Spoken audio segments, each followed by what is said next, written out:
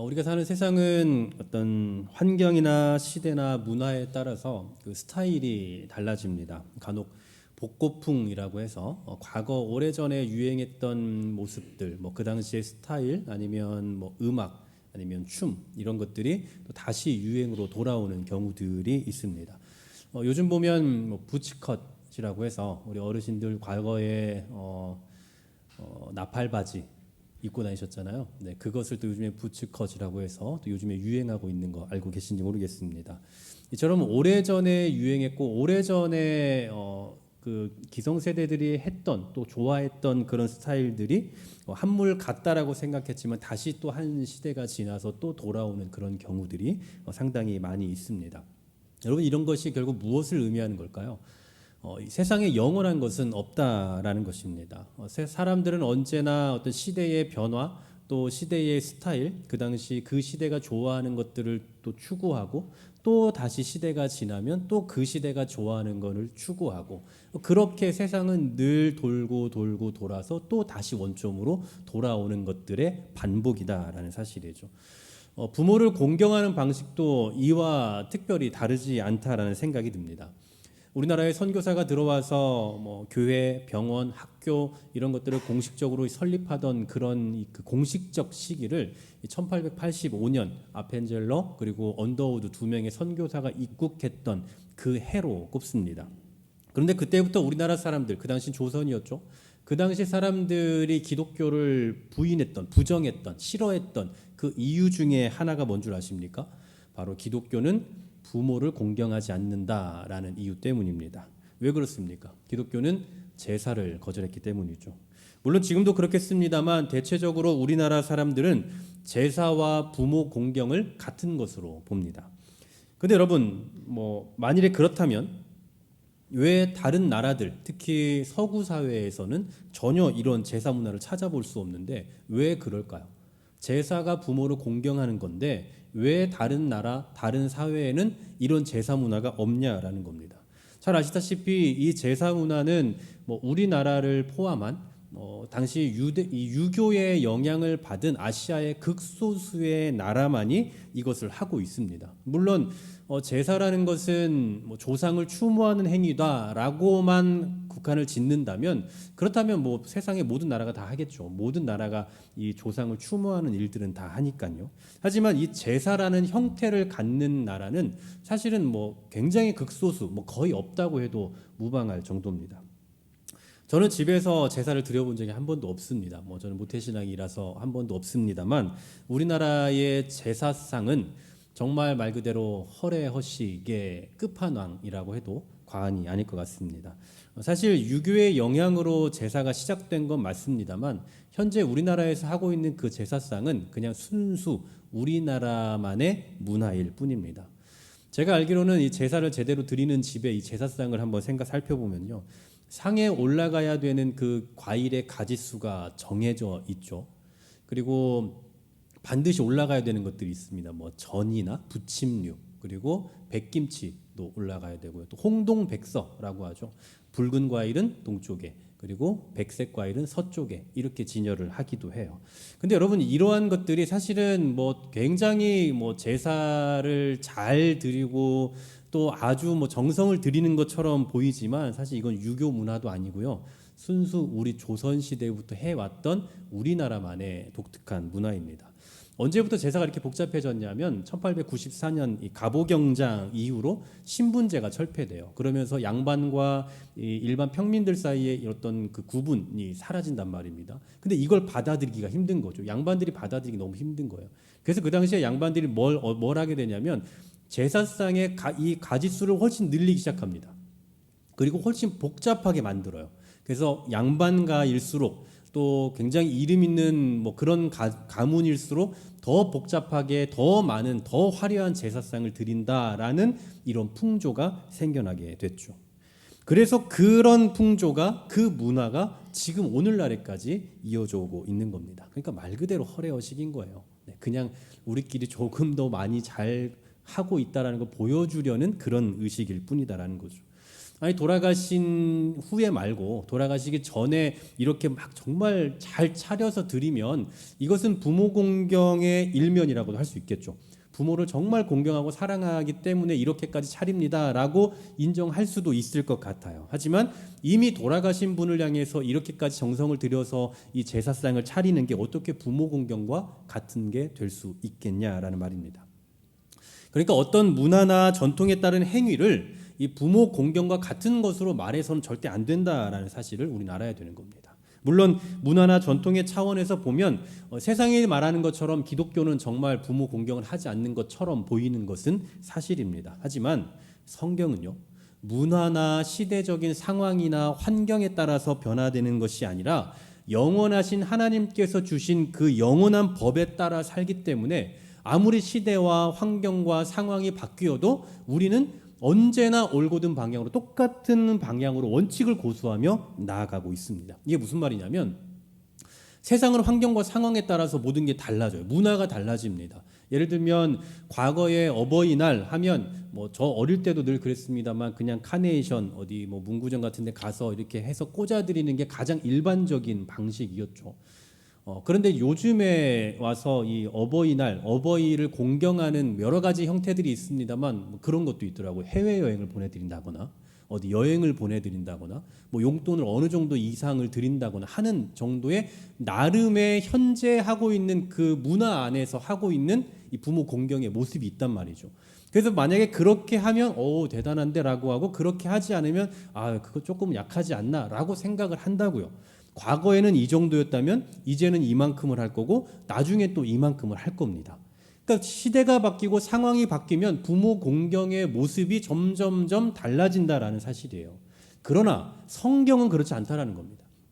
성경에서 말씀하고 있는 부모 공경은 시대가 바뀌면 바뀔수록 또 다른 형태로 공경하는 것이 아니라 과거 오래전에 주어졌던 그 신앙의 형태, 그 부모 공경의 형태가 시대가 바뀌고 상황이 바뀌고 문화가 바뀌고 환경이 바뀌더라도 여전히 동일하게 고수된다. 그대로 유지된다라는 사실이에요. 그러니 우리는 영원한 법을 따라 부모를 공경하기 때문에 이건 보통 공경의 모습이 아닌 거죠. 그러니 제사와 같은 그런 허례허식을 근거로 기독교는 제사를 반대하니 기독교는 부모 공경을 말하지 않는다, 부모 공경을 하지 않는다 이렇게 말하면 절대 안 됩니다. 오히려 성경은 세상 그 어느 종교보다 그리고 그 어느 가르침보다 훨씬 부모 공경의 필요성과 당위성을 가르쳐주고 있다는 사실입니다. 이와 관련해서 나누고 싶은 말씀 그 내용들이 너무나 많지만 오늘은 우리가 어버이 주를 맞아서 가장 직접적이고 직설적으로 말씀하고 있는 이 오늘 한 절의 말씀을 통해서 이 성경에서 말씀하고 있는 부모 공경의 그 이유를 좀 생각해 보려고 합니다. 두 가지 중에 첫 번째는요. 부모 공경은 거룩한 백성의 책임이기 때문입니다. 부모 공경은 거룩한 백성으로서의 책임이다라는 겁니다. 오늘 우리가 읽은 이 한 절의 말씀은 10계명 가운데 제5계명을 가르쳐주고 있는 말씀이라는 거 다 알고 계실 겁니다. 하나님께서 출애굽하는 그 백성들에게 이 말씀을 하시는데 그냥 무턱대고 갑자기 이 말씀을 하시는 게 아니라 미리 준비 작업을 시키십니다. 먼저 이틀간 백성들을 성결하게 하는 작업을 하시죠. 옷을 빨고 여인을 가까이 하지 않는 상태에서 이틀을 머물러 있습니다. 그리고 셋째 날 드디어 하나님께서 모세를 산 위로 부르시죠. 다만 모세 외에는 아무도 가까이 나오지 못하게 하십니다. 이렇게 하나님과 모세 둘이서 이 독대를 하게 되고 하나님께서는 모세에게 이 백성이 지켜야 할 그 규례에 대해서 말씀을 하십니다. 가장 먼저 우리가 10계명이라고 알고 있는 그 10가지 계명을 주시고요. 그다음 그 이후에 여러 가지 세부적인 그 규칙들을 말씀을 해 주십니다. 우리말로 하면 이 10계명은 헌법이고요. 그리고 그 뒤에 말씀하는 그 세부적인 내용들은 이 헌법을 실제적으로 시행하고 실천할 수 있는 그런 방식이라고 할 수 있는 시행세칙이라고 할 수 있을 것 같습니다. 그래서 오늘 우리가 읽은 이 출애굽기 20장부터 뒷부분 31장까지 계속 이 말씀을 하세요. 10계명에 이어서 그 시행세칙에 해당하는 그 법들을 쭉 말씀하신다고요. 그래서 여기는 10계명뿐만 아니라 종에 대한 법, 폭행에 관한 법, 배상에 관한 법, 공평에 관한 법, 그리고 안식년, 안식일, 그리고 성소와 성막을 짓는 방법, 지성소에 대한 이야기, 그리고 이 제사장에 대한 규례까지 모든 것을 다 통틀어서 말씀해 주세요. 그런데 이런 세부적인 법까지 일일이 다 말씀하고 계신 그 이유가 뭘까요?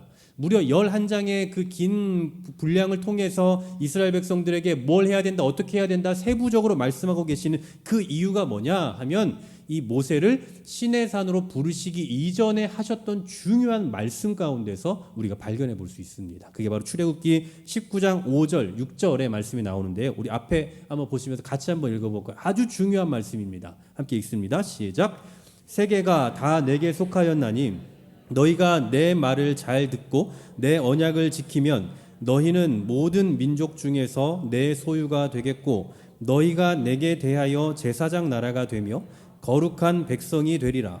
너는 이 말을 이스라엘 자손에게 전할지니라. 아멘. 자, 이 본문에서 아주 핵심적인 두 가지 단어가 있습니다. 다시 한번 띄워주십시오. 두 가지 핵심적인 단어를 한번 잘 찾아보십시오. 뭐가 있습니까? 두 가지. 네, 바로 제사장 나라, 그리고 또 하나는 거룩한 백성입니다. 여러분, 이것은 이스라엘의 존재 목적과도 같은 거예요. 지금 이스라엘 백성들을 하나님께서 출애굽시키시는 이유에 해당하기도 합니다. 제사장 나라가 뭡니까? 여러분, 제사장은 보통 하나님과 사람 사이를 잇는 중보자 역할이에요. 그런데 제사장 나라로 삼으셨다라는 것은 세상 가운데 나아가서 하나님의 사람이라는 것을, 그리고 하나님이 어떤 분이시라는 것을 증명해내는 역할을 해야 된다라는 의미입니다. 또 거룩한 백성이라고 할 때는 거룩이라는 그 단어의 뜻은 사실 구별이거든요. 그러니까 세상에 나아가서 살지만 또 애굽을 정복하고 그곳에서 살아가야 되고 또 가나안에 들어가서 살아야 되겠지만 그곳에서 거룩한 백성으로의 삶, 즉 세상에 살지만 세상과 다른 삶의 모습을 보여야 한다라는 의미를 지니고 있어요. 바로 이스라엘에게 하나님께서 원하시는 것은 이 두 가지입니다. 너희는 제사장으로서 온 세계에 나를 드러내야 된다. 너희는 거룩한 백성으로서 세상을 살지만 세상과 다른 삶의 방식을 가지고 살아야 한다. 바로 이러한 정체성과 신분을 가르쳐 주시면서 그러려면 어떻게 살아야 하는지를 말씀해 주시는데 그게 바로 이 십계명이다라는 사실입니다. 그러므로 오늘 우리가 살펴본 이 십계명은요, 굉장히 윤리적이고 도덕적인 교훈 같지만 사실은 세상과 다른 방법으로 살기 위한 그런 가르침입니다. 저 내려주셔도 됩니다. 자막. 솔직히 6계명부터 10계명, 그러니까 뭐 살인, 뭐 간음, 도적질, 그리고 뭐 거짓 증언, 또 탐심, 이런 것들은 세상에서도 반대하는 것들이요. 세상에서도 싫어하고 세상에서도 금하는 것들입니다. 하지만 이 10계명에서는 이런 것들을 전혀 다른 차원에서 다루고 있다라는 사실이에요. 다시 말해서 형태는 같습니다. 하지 마라라는 그 형태는 같지만 그 의미와 목적은 다 다르다라는 사실입니다. 그래서 이 10계명은 윤리적이고 도덕적인 법이 아니라 세상을 살지만 세상과 다른 방법으로 살아가는 그 규칙이다라고 할 수 있는 겁니다. 그런 의미에서 오늘 우리가 살펴보고 있는 이 5계명, 내 부모를 공경하라, 이 말씀은 부모님이 우리를 낳아주셨고 우리를 길러주셨으니까 마땅히 공경해야 되지 않겠냐라는 그 유교적인 바탕을 틀로 하고 있는 것이 아니라 하나님의 백성다운 거룩한 백성으로서의 조건이라고 할 수 있는 것입니다. 즉 세상에서 우리는 살인을 하지 않고 도둑질을 하지 않고 그리고 또 부모를 공경하며 또 거짓 증언을 하지 않고 또 남의 것을 탐내지 않는 그런 삶을 통해서 우리는 세상의 방법으로 사는 사람이 아니다라는 것을 증명해내는 것이다라는 사실입니다. 여러분 다들 알고 계시겠지만 유교에서 중요하게 여기는 뭐 몇 가지 강조점들이 있죠. 큰 강령이라고도 할 수 있는데 우리가 삼강이라고 하지 않습니까? 삼강. 그래서 뭐 군위, 신강, 그래서 임금과 백성 간의 관계, 그리고 또 부위, 자강, 부모와 자식 간의 관계, 또 부위, 부강, 부부 간의 관계, 이 관계 속에서 서로 지켜야 할 질서와 차례 이런 것들을 강조해요. 그러니까 굉장히 수직적인 구도 속에서 이야기를 한다라는 말입니다. 뭐 그것뿐만 아니라 또 삼강이 있으면 뒤에 오륜이라는 것도 있잖아요. 우리 뭐 예전에 다 배우셔서 아는 내용 아니겠습니까? 오륜은 어떤 겁니까? 뭐 부자, 그리고 또 군신, 그리고 장유, 부부 뭐 이런 거잖아요. 그런데 이런 것들은 사실 어떤 면에서 보면 다 수직적인 구도에 서로 지켜야 할 관계 속에서 차례를 지키고 질서를 지켜야 한다라는 거예요. 그리고 또 마지막 다섯 번째가 붕우, 뭐 친구 관계인데 어떤 면에서 우리가 이 유교에서 말하는 친구 관계는 붕우라는 것은 뭐 우리가 뭐 서구 사회에서 이야기하는 뭐 프렌드십 이런 것과는 전혀 관계가 멉니다. 서로 신의를 지켜야 되고 도덕적으로 지켜야 될 그런 어떤 관계 속에서의 이런 그 친구 관계예요. 그러니까 이것도 역시나 어떤 면에서 보면 상당히 수직적인 구도 안에서 이루어지는 것이다라는 거죠. 이런 사상을 그대로 오늘 본문의 5계명으로 가지고 오면 어떤 의미가 됩니까? 자녀가 당연히 부모를 공경해야지. 당연히 낳아주신 부모님을 당연히 공경해야지. 당연히 어른이니까 공경해야지. 이렇게 단순하게 접근할 수 있다라는 사실입니다. 하지만 하나님께서는 이렇게 단순하게 접근하고 계시는 게 아니다라는 거예요. 연세가 조금 더 많으니까, 우리를 길러주셨으니까, 우리 위해서 고생해 주셨으니까 공경해야 되지 않겠냐, 이렇게 단순하게 접근하고 있지 않다라는 말입니다. 세상에서는 그런 의미로 마땅히 부모를 공경할지라도 하나님의 백성은 하나님을 섬기는 자로서 세상에 살아가지만 세상과 다른 구별점을 가져야 되는데, 그 구별점 가운데 하나가 부모를 공경하는 모습이다라는 거예요. 아, 저 사람은 부모를 정말 잘 공경하는 걸 보니 그리스도인이구나 라고 그렇게 구별될 수 있는 모습 가운데 하나가 부모 공경이다라는 사실이죠. 에베소서 6장 1절 2절 말씀 보면 이렇게 말씀합니다. 자녀들아, 주 안에서 너희 부모에게 순종하라. 이것이 옳으니라. 내 아버지와 어머니를 공경하라. 이것이 약속이 있는 첫 계명이니 라고 말씀해요. 자녀들아, 주 안에서 라고 말씀하죠. 우리가 부모에게 순종해야 하는 이유는 뭡니까? 우리가 다 주 안에 있기 때문이라는 거예요. 또 골로새서 3장 20절 말씀 이렇게 말씀합니다. 자녀들아, 모든 일에 부모에게 순종하라. 이는 주 안에서 기쁘게 하는 것이니라. 자, 부모에 대한 순종은 어떻다고요? 누가 기뻐하신다고요? 하나님께서 기뻐하신다라는 사실이죠. 이처럼 우리가 부모를 공경해야 하는 다양한 이유가 있겠습니다만, 가장 먼저 그게 바로 하나님의 뜻이기 때문입니다. 우리가 세상을 살지만 세상과 다른 삶의 태도를 가져야 하는 자로서 마땅히 부모를 공경해야 한다라는 사실입니다. 자, 그렇다면 도대체 왜 이 부모 공경이 거룩한 삶과 같은 것이냐 하를 한번 생각해 봐야겠죠. 오늘 생각해 볼 두 번째 주제입니다. 그건 바로 부모 공경은 신앙 계승의 출발점이기 때문입니다. 부모 공경은 신앙 계승의 출발점입니다. 여러분, 십계명은 크게 두 부분으로 나뉘죠. 다들 알고 계시다시피 첫 번째로는 사람이 하나님께 대하여 해야 할 일들입니다. 그리고 두 번째로는 사람과 사람과의 관계 속에서 일어나는 일들이에요. 먼저 1계명부터 4계명까지를 보십시오. 하나님과 관계된 거죠. 가장 먼저 뭡니까? 가장 먼저 나 외에는 다른 신을 내게 두지 말아라. 하나님만 둬라. 그 다음에 그걸 우상을 만들지 말아라. 내 이름을 망령되게 일컫지 말아라. 그리고 안식일을 거룩하게 지켜라. 하나같이 다 우리 사람이 하나님 앞에 어떻게 해야 하는가에 대한 것을 말씀해 주고 있습니다. 그 다음 6계명부터 10계명까지를 보십시오. 사람과 사람과의 관계 속에서 일어나는 일들이죠. 살인하지 말라. 도적질하지 말아라. 간음하지 마라. 도둑질하지 말아라. 그리고 거짓증을 하지 말아라. 이웃의 것을 탐내지 말아라. 하나같이 다 사람과 사람과의 관계 속에서 하지 말아야 할 일들에 대한 것을 말씀해 주고 있습니다. 그런데 여러분, 사실 생각하기 나름이겠습니다만 이 순서를 잘 보시면 일종의 주제와 같은 가장 중대한 문제가 앞에 나와요. 자, 보십시오.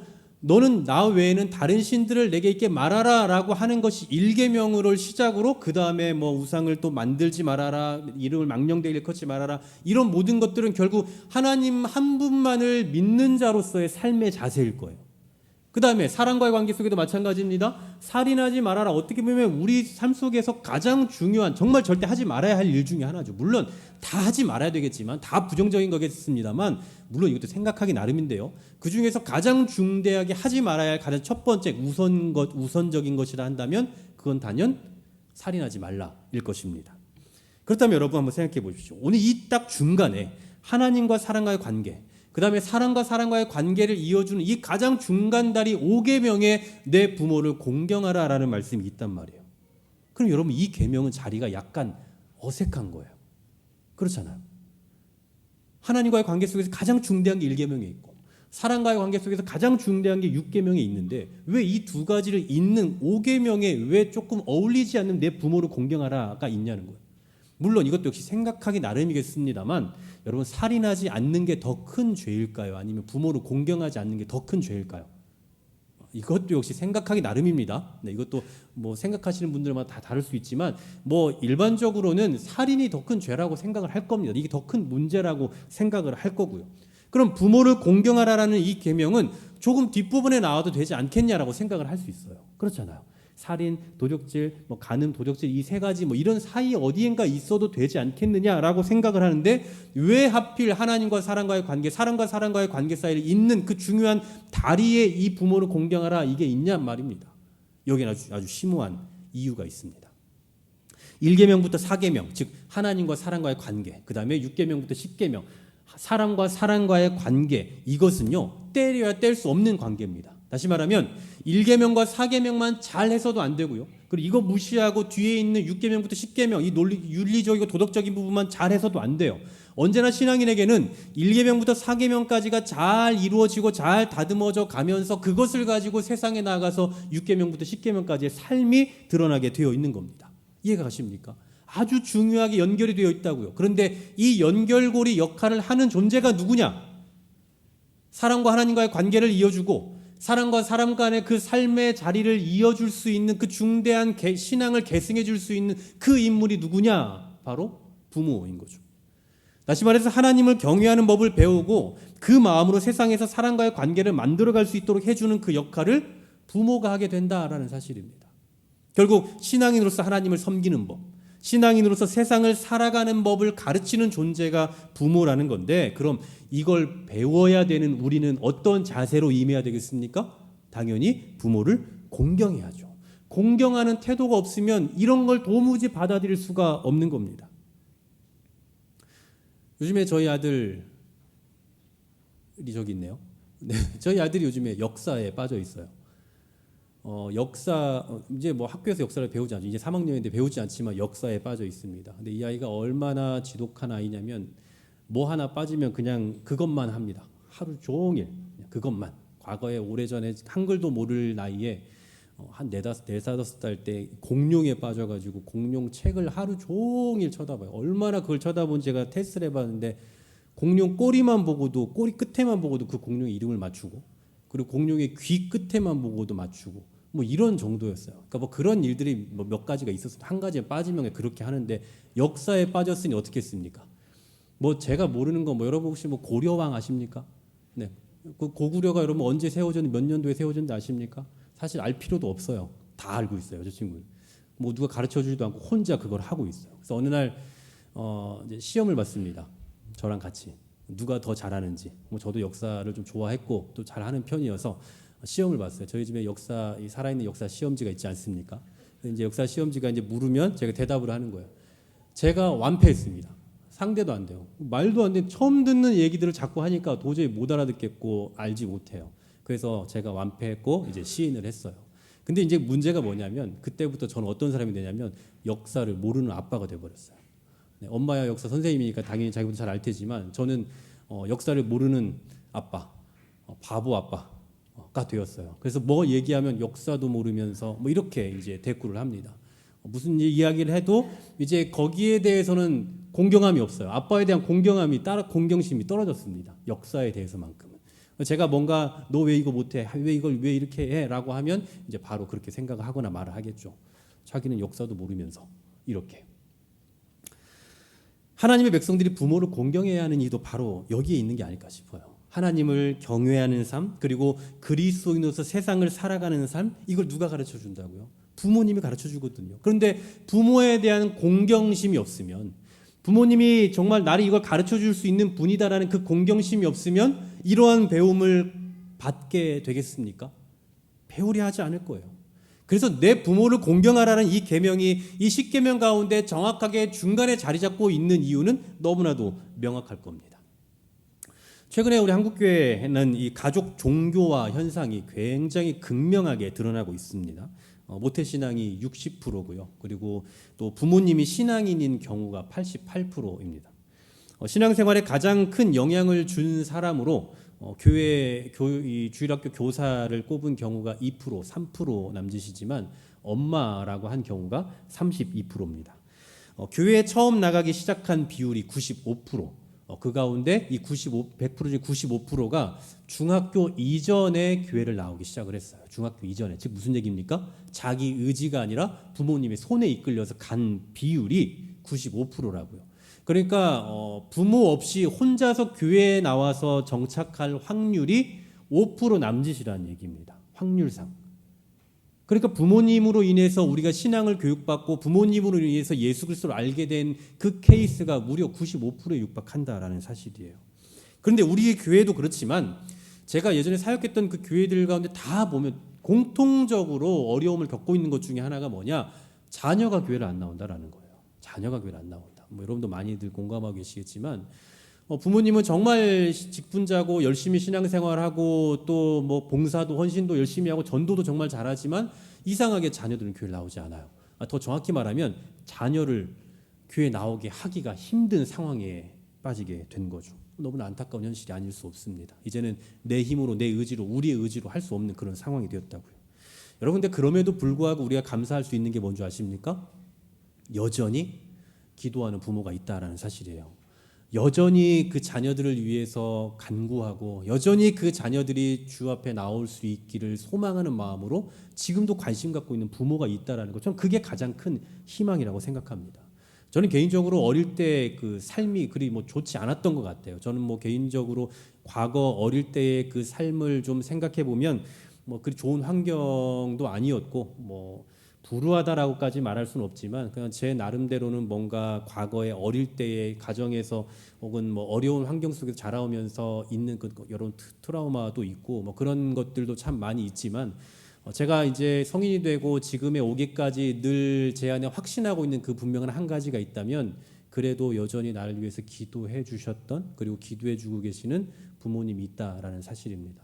지금의 제가 여기 있다라는 것은 뭐 과거에 제가 어떤 삶을 살았던 그거 다 상관없이 여전히 저를 위해서 기도해 주고 지금도 기도로 저를 후원해 주고 계시는 우리 부모님이 계시다라는 사실이에요. 거기에 대해서는 제가 의심할 여지가 하나도 없다고 생각합니다. 다른 거 없어도 우리가 부모님을 공경해야 되는 가장 큰 이유, 다른 거 없어도 우리가 부모님을 사랑해야 되는 가장 큰 이유는 바로 우리에게 신앙을 계승해 주셨기 때문입니다. 여러분 공경이라는 단어는 귀중하게 여기는 것을 말해요. 높이 평가하는 것, 가치 있게 여기는 거예요. 부모를 공경하라라는 것은 이처럼 부모의 인격을 존경하고 존중히 여기다라는 그런 의미입니다. 그래서 잠언 23장 22절에 보면 이렇게 말씀을 합니다. 너를 낳은 아비에게 청종하고 내 늙은 어미를 경히 여기지 말지니라. 여러분 솔직히 시대가 변할수록 그 나이가 많은 부모보다 나이가 젊은 이 자녀들이 훨씬 더 현명할 수는 있습니다. 그래서 젊은 자녀들이 이 연세가 드신 부모님을 좀 무시하는 경향들이 사실 없지 않아 있죠. 그래서 좀 뭐 모르면 좀 가만히 좀 계세요. 좀 뭐 이런 식으로 반응할 때도 있습니다.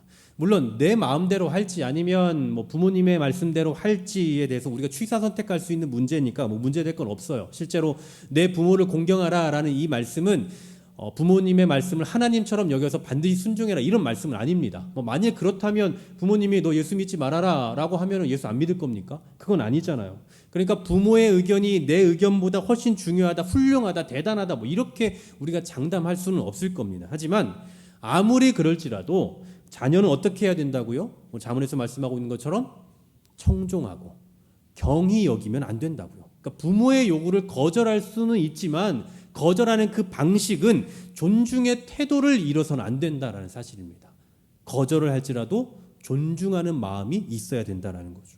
부모가 자녀의 세대를 이해해 주기를 바라는 것처럼 자녀도 역시나 부모의 세대를 이해할 수 있어야 돼요. 부모의 권면이 시대에 뒤떨어지는 요구일 수 있어도 부모의 시대, 부모의 경험, 부모의 마음을 헤아려 줄 수 있어야 되는 겁니다. 그게 바로 우리에게 신앙을 물려준, 계승시켜준 부모에 대한 공경의 마음을 가진 자로서 해야 될 삶의 태도이고 더 나아가서 우리의 다음 세대들에게 또 신앙을 계승해 줘야 하는 우리의 책임이기도 합니다. 사랑하는 여러분 기억하십시오. 부모를 공경하라는 성경의 가르침은 세상에서 말하는 그 윤리 도덕적인 차원에서의 그 가르침과 분명 다릅니다. 그 형태는 같을지라도 공경의 목적은 분명히 다릅니다.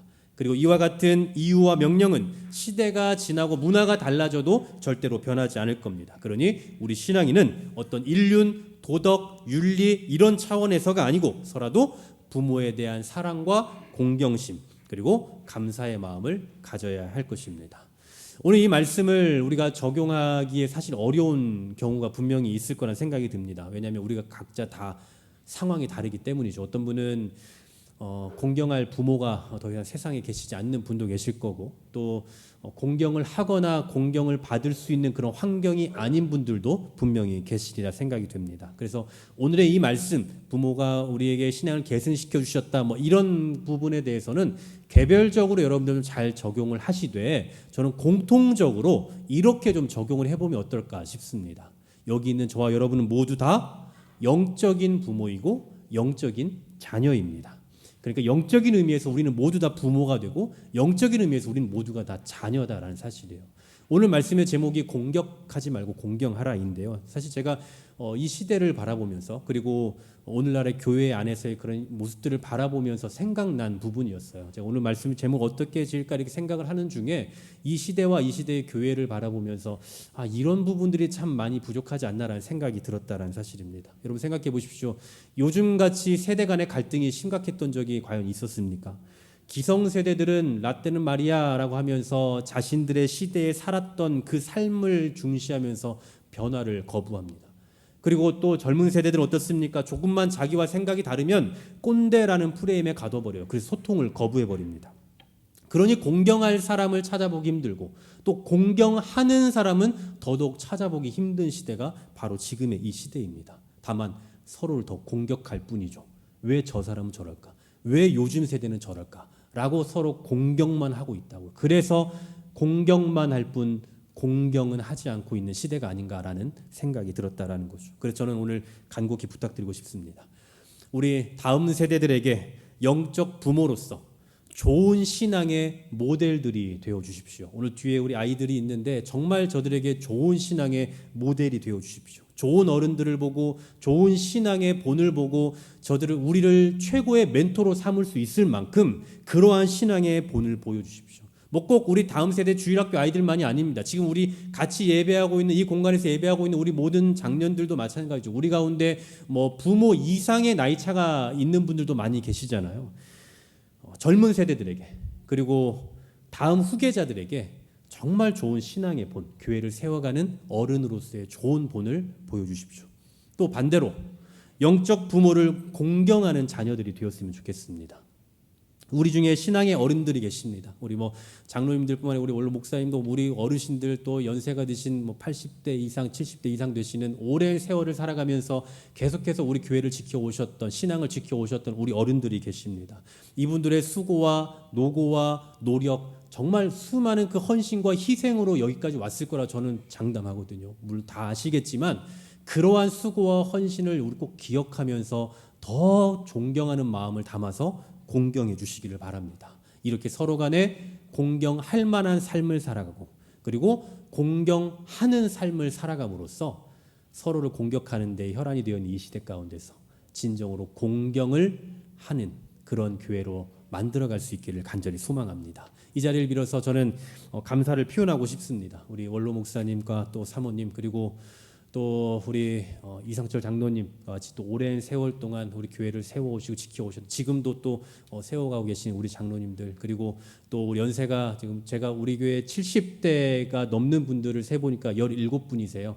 54년을 기준으로 그 위에 17분이고 교회에 지금 꾸준히 출석하시는 분들이 12분 정도 되고 있는 걸 알고 있는데 정말 우리 교회를 그동안 이렇게 지켜오셨고 또 여러분들의 기도와 수고가 있었기에 한국교회가 여기까지 왔다는 생각 저는 너무나 확신 있게 갖고 있습니다. 그렇게 함께 해주셔서 그리고 교회를 세워주셔서 너무나 감사하고 그리고 이제는 여러분들의 신앙을 계승받아서 그것을 또 다른 다음 세대에게 계승해야 하는 이 시대를 살아가는 저로서 여러분들 더욱더 공경하고 또 섬기도록 하겠습니다.